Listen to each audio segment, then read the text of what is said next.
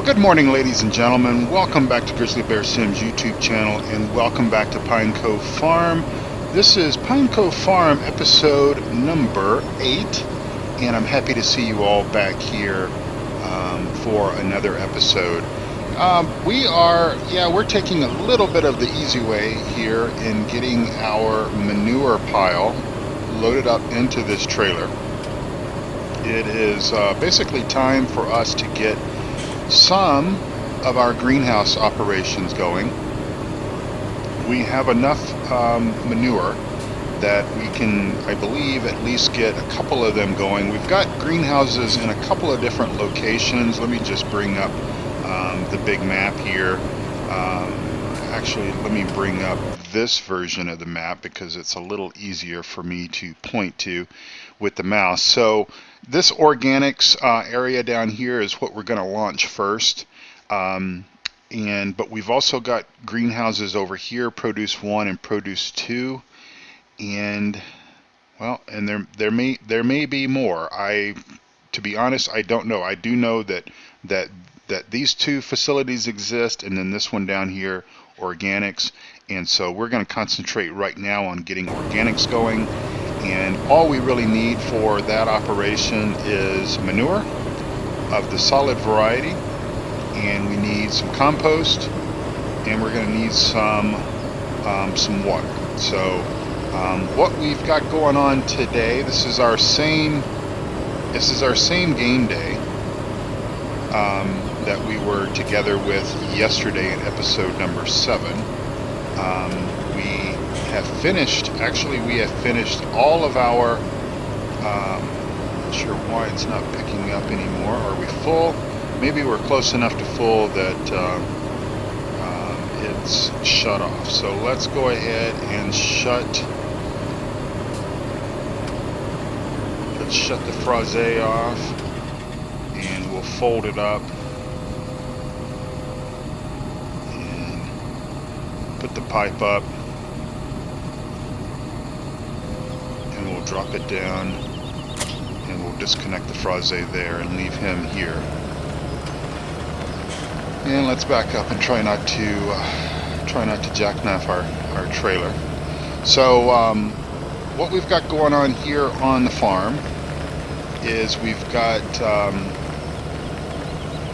the last couple of days we have basically, for the good of the community, we have been asking all of the local fellow farmers from even as far away as neighboring communities to consider selling us their excess straw. So we have been purchasing their excess straw, and because we wanted to make it as convenient as possible for them, we allowed them to bring our straw here to our farm and dump it into our grain silos there. And then Stan is actually taking it and moving it up to the compost facility. Since the compost facility is somewhat authorized personnel only, and believe it or not, we did get Stan authorized.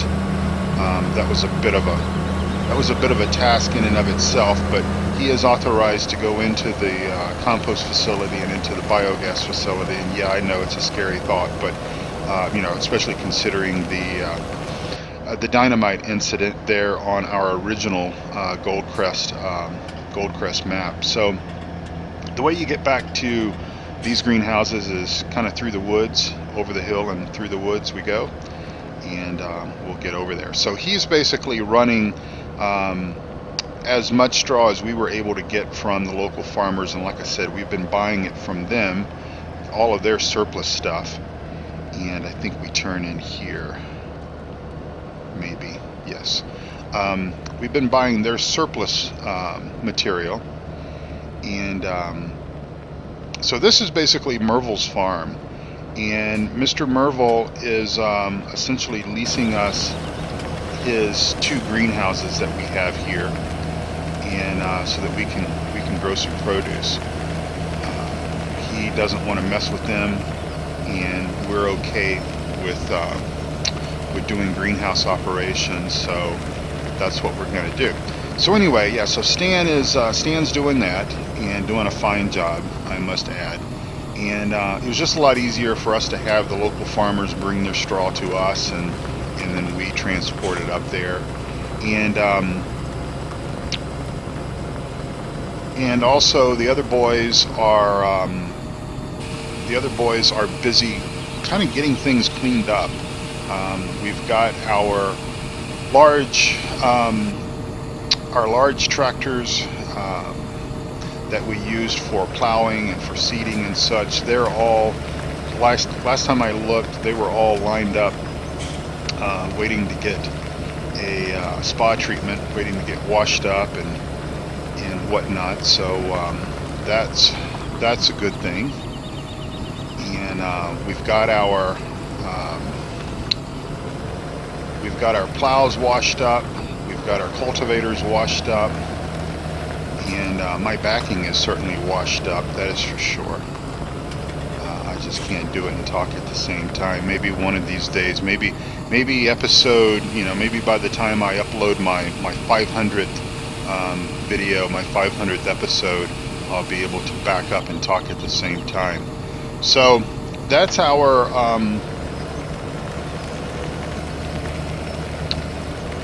manure needs. It's looking like. So we've got about 5,000 liters of manure to take back and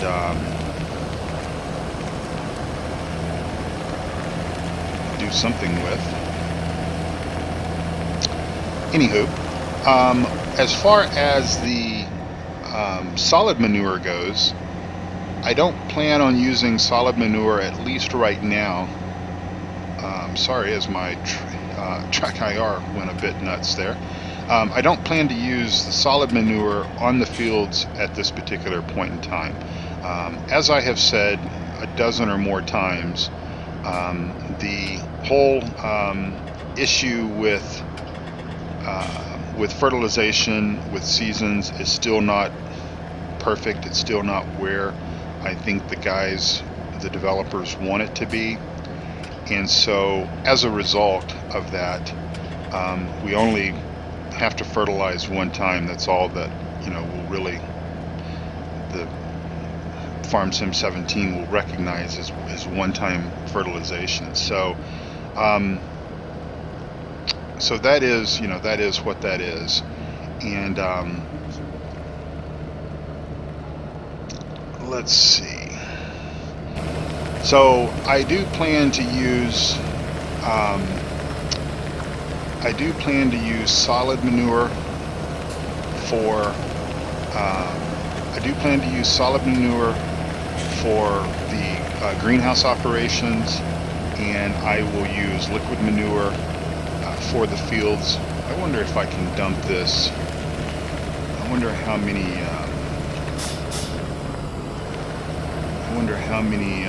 EPA or whatever type of regulations I'm breaking, mixing cow manure with what is that?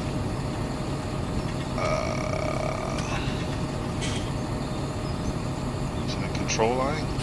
There we go. How many different environmental regulations I'm violating by mixing pig manure with cow manure. Anyway, so cow manure, solid manure, both pigs and cows, that's going to go for greenhouse operations. And then liquid manure, if we decide to sort of do that, that will go with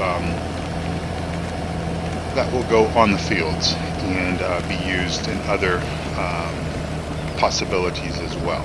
So I am going to pause right here, because actually what I want to do, well, I tell you what, no, I'm not going to pause. I was going to grab that larger Corona trailer that we acquired.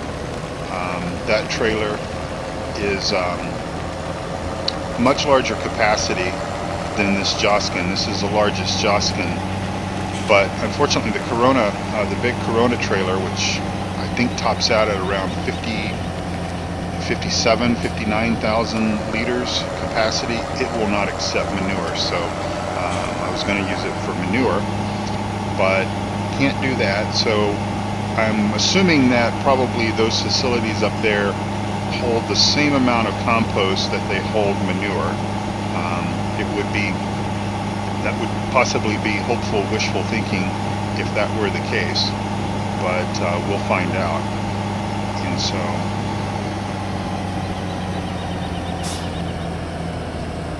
here comes Stan out with, let's see, Stan's leaving with a full load. It must mean that we're probably full here. So let me jump out and let me run up here and see what the circumstances are, because he's been doing pretty good. Either that or we're out of fuel. Okay, we're full. We're also full on compost, so we're good on fuel. So I'm going to do this. I'm going to just teleport right quick into this vehicle, and I'm just going to go ahead and stop him.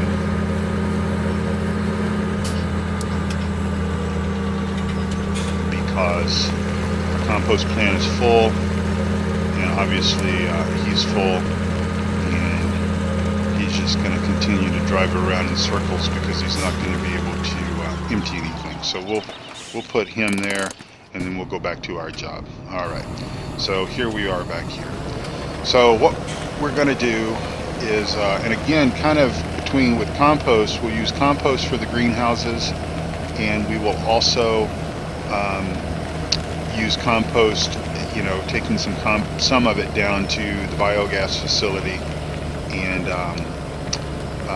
selling it down there and allowing that to produce the stuff that produces and all that good stuff. So that's kind of the general plan. If and when you can support these types of facilities, like the greenhouses, for example, it is in your best benefit to go ahead and get those things running, just like it was to get our little bagging facility over there going, because believe it or not, it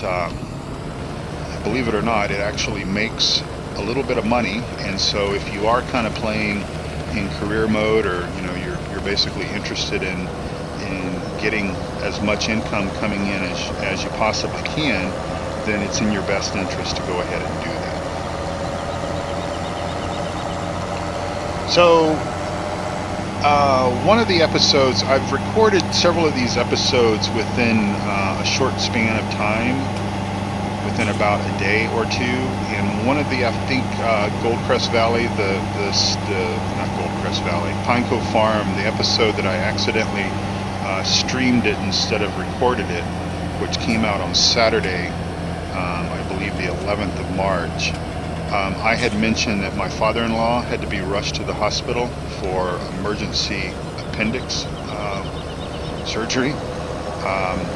Basically it burst, and I'm not a doctor, I'm not a farmer, I'm not a doctor, remember, I'm just an IT guy, but from what I have heard, from what some colleagues was telling me at work, and what we've kind of seen on the internet, and they can't put anything on the internet that's not true.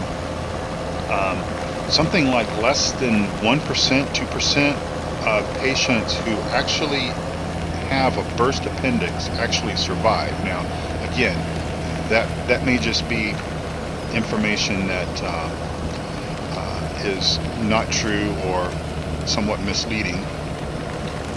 But in the event, he survived the surgery, and actually he's doing quite well.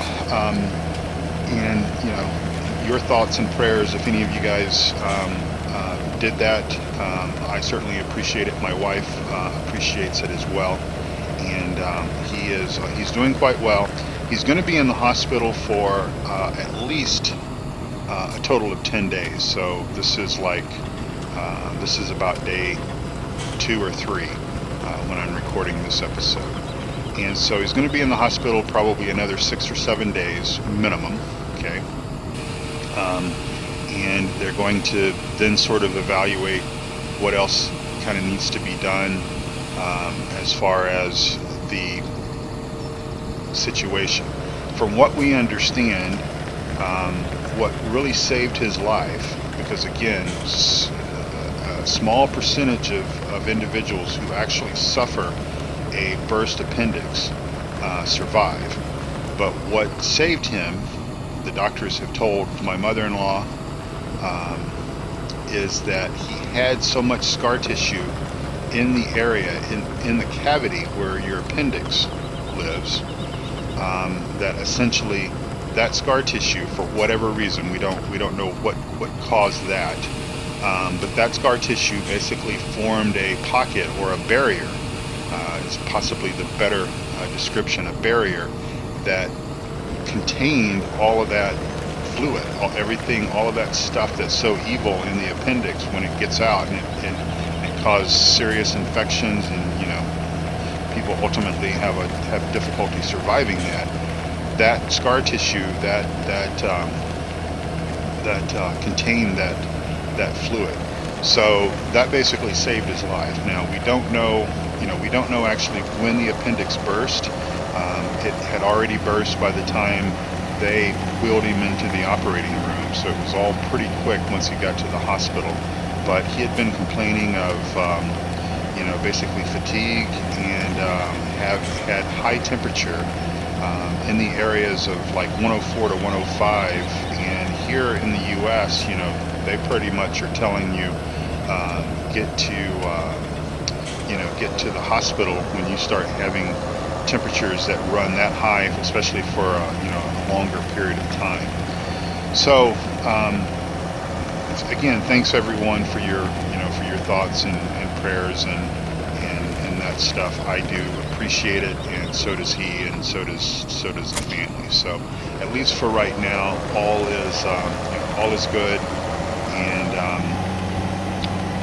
we expect, according to what the doctors are telling us, we expect a full recovery. So today is actually his birthday. This is actually Saturday morning, the 11th of March, that I'm recording this, and today is his birthday. And so he turned 81 years young today. So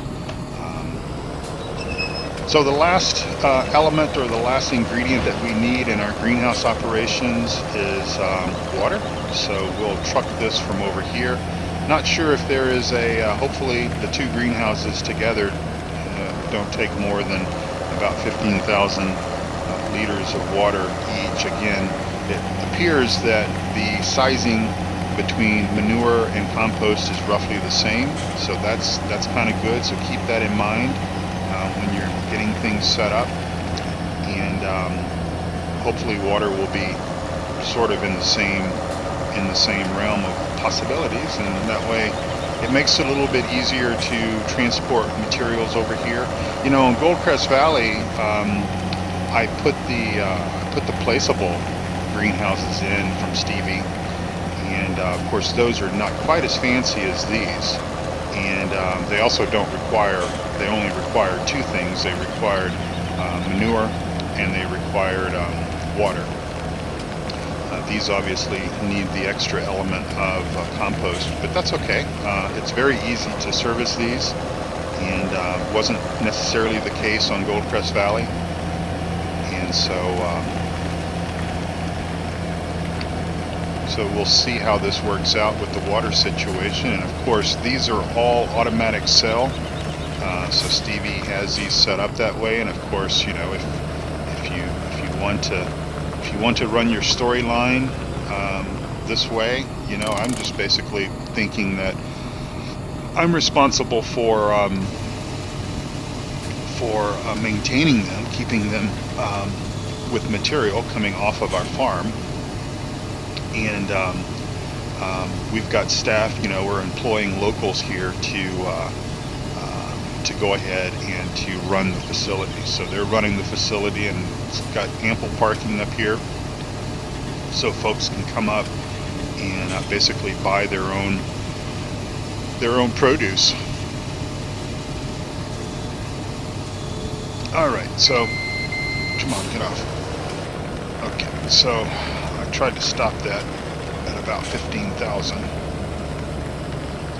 Okay, let me get my camera in the right order and spin back around, and we will dump the rest of this water into this one over here, and that way we only have to make the one trip up here.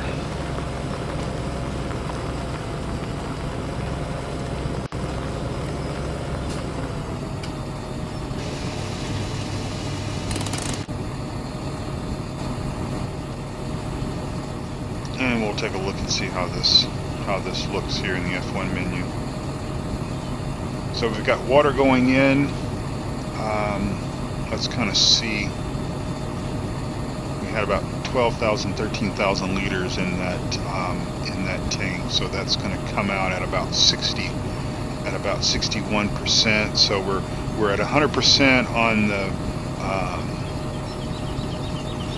on the manure and on the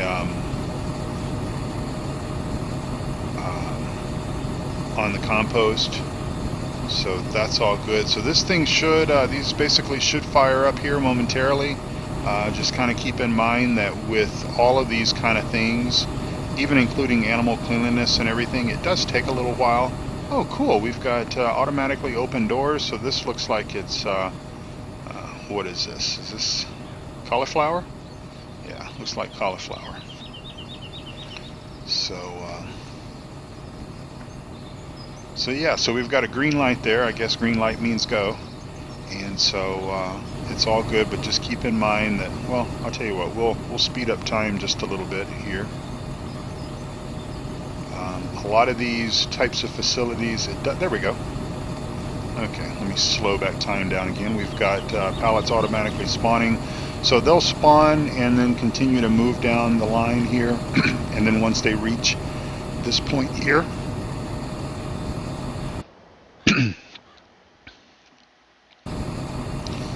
once they reach this point here, they will auto sell. So, okay.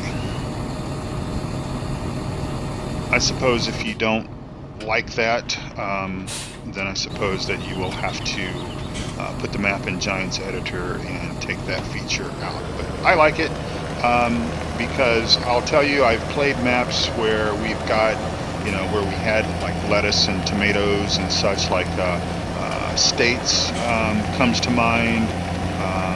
Graceland also is a map that comes to mind that I played in Farm Sim 15 that essentially had greenhouses. And it's not so bad keeping them with materials, keeping them running, but then also taking the time away from farming to come along and to scoop those up with a pallet. And of course, pallet handling and stuff, everything, all the handling stuff back in the Farm Sim 15 days was a little suspect, especially for a guy that's got 2 left feet for hands. So yeah, so it is what it is, and I like it the way it's set up. And so I think what we'll go ahead and do, since they're topped up on compost and fertilizer, let's just go ahead and do our due diligence here and go ahead and fill our tanker back up with water and take it back down and go ahead and at least give them two tankers of water as we fill up here. So I don't know, I'm assuming that we can get water from the creek down by the road. He's got, Stevie created a nice kind of a nice sloped path to back down there, but water also here out of this windmill is free. So as you notice, our money's not going down. And of course, I know that, like in Coleborough Park Farm, as an example, when you would get water at the main farm area, it charged you, and I understood why that was the case. But it also, when you back down to the little pond that was down below the dairy area, the dairy farm, and you took water out of that pond, it also charged you for that as well. Now, I don't know if there's a way that, you know, water access points can be modified on a map so that some charge you and some don't. I get that in the UK and in Europe, you guys pay fees, taxes, or whatever on, you know, water use and such as that. Here in the U.S., you know, a farm, if this were like the type of farm that I grew up on or that I lived on, even as a young adult for a number of years, we had a water well, and you know, there was no charge. The state, the county, it wasn't a town, but the county, the state of Texas, you know, they did not charge us for water coming out of the ground. It was, you know, obviously we had to maintain the well pump and maintain having it installed and all that kind of stuff, or pay to have it installed. But there was no, you know, there was no regulatory fees and all that kind of stuff.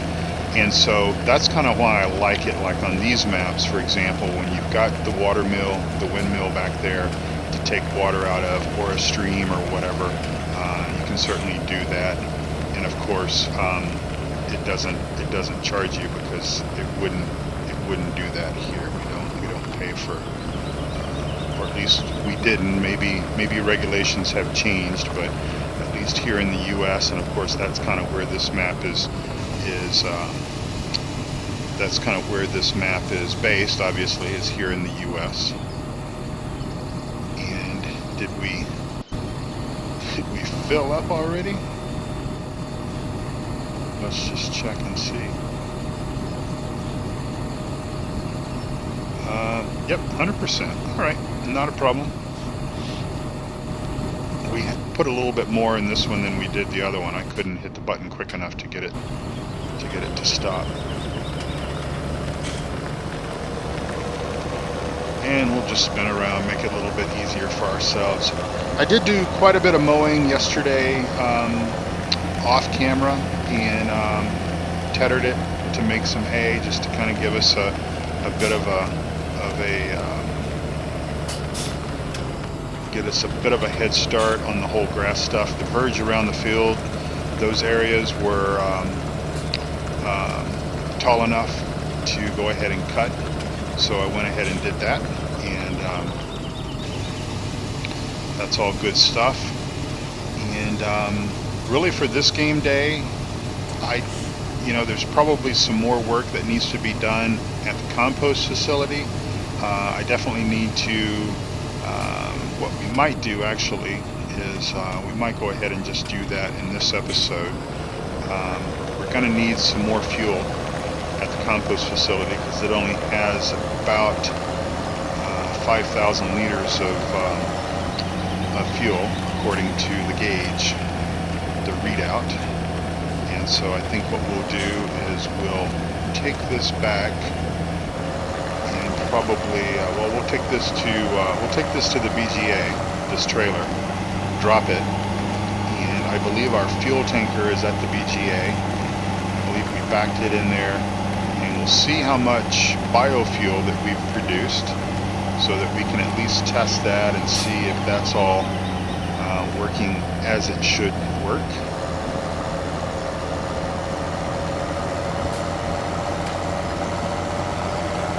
That way you guys can kind of see that storyline come together.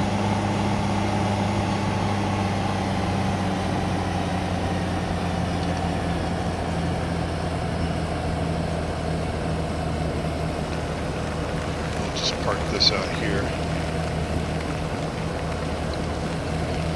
And of course, Stevie gives you ample parking spots for various things. If you want to put more greenhouses in, or put some other type of facility in, you can certainly do that. That's one thing I like about his maps. Other map modders don't necessarily think of that. Of course, this map has so much to do that I really couldn't think of what else you'd want to possibly add to this map. But in any event, it's there if you want to. So let's see. There we go. All right, so we're loading in some biofuel. This is our first batch of our biofuel that has been made off of taking compost and placing compost right over there, and then that produces the digestate that goes into that round tank, and we've taken the digestate out of that round tank and have placed the digestate over here into this facility. This facility takes that digestate or liquid slurry and basically produces liquid fertilizer in those tanks. It produces solid fertilizer here, and then last but not least, it produces biofuel here. And so we have a full load, 22,500 liters of biofuel that did not really cost us a dime. And especially when you consider the fact that once we bring the straw down to the compost facility and we take the compost and haul it, move it over to the BGA, we're basically selling it to the BGA. And the way it's all working is the BGA obviously provides a lot of employment and everything to the Pine Cove area, and so they're paying us for this service, and then we are taking that and we're doing the labor and everything obviously, but then we take that digestate, put it over into the other processing, and the other processing then provides us the biofuel, and it's essentially free fuel. Now, hopefully it will work here, and it should, because I don't think it really recognizes the difference whether we take this out of a gas pump, a fuel pump, or out of the plant. And as you can see, it's going in. So really, this is the first batch of free fuel, and trust me, I get that nothing in life is free. I fully understand that. So obviously we've got labor costs and everything, and while we've been paying for the straw that we've been feeding most of the compost plant with, that will soon, that will obviously soon end once we start harvesting. But this is really our first batch of fuel that we have loaded into the compost facility, which we did not directly pay for from a fuel pump. So my goal of having the compost facility run at almost zero cost to us has basically been achieved. So we have, like I said, we have installed our first batch of fuel. So yippee for us.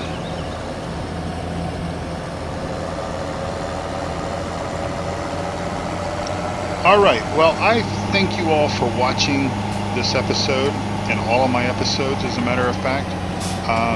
These episodes are going to kind of be this game day, and maybe even probably the next game day, are going to be kind of short as far as the number of episodes, because we just really don't have a whole lot to do. All of our planting has been done.